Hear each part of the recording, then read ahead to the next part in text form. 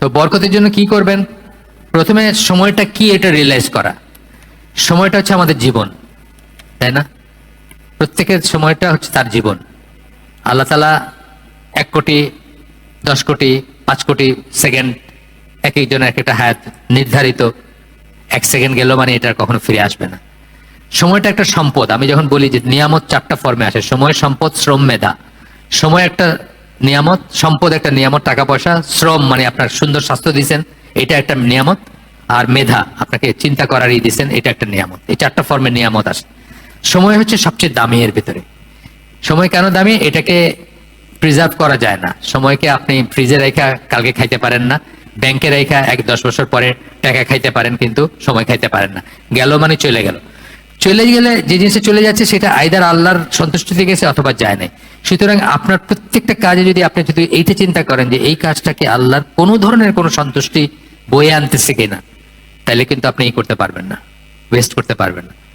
তো আমার ছেলের একটা লেকচার আছে মাস 1.5-2 আগের, সব সমস্যার এক সলিউশন।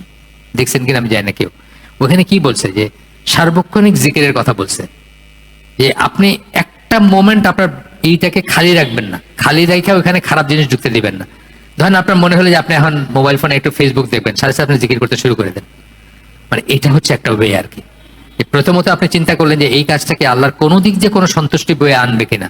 যদি না আনে তাহলে আপনি একটা ব্রেন টক মনে করবেন, এটা হলো বাজে খরচ, সময়টা চলে গেল, ড্রেনে চলে গেল, আপনি ওটা থেকে নিজেকে ফিরে আনবেন। আরেকটা জিনিস হচ্ছে আল্লাহর স্মরণ। স্মরণ অনেক ফর্মে হইতে পারে, যে ফর্মে আপনি করতে চান। সেটা কোরআন পড়া হইতে পারে, সেটা একটা জাস্ট রাস্তায় বিলবোর্ড দেখার চেয়ে আপনি লা ইলাহা ইল্লাল্লাহু ওয়াহদাহু লা শারীকা লাহু লাহুল মুলকু ওয়া লাহুল হামদু ওয়া হুয়া আলা কুল্লি শাইইন কাদির পড়তে পড়তে যান। বিলবোর্ডের দিকে তাকায় আপনার কি লাভ আছে? একটা পাপ হবে বা 2টা পাপ হবে। অহেতুক ভেন্টক যেটাকে আমরা বলি, অহেতুক কথা বলতেছি আপনার আমি। মানে ধরেন কোরবানির গরু কত দিয়ে কিনছেন, তো আমারটা এই ছিল, আমার কি কি লাভ আছে? এটা আল্লাহর সাথে আপনার হিসাব, কোরবানির গরু কি কিনছেন, তাই না?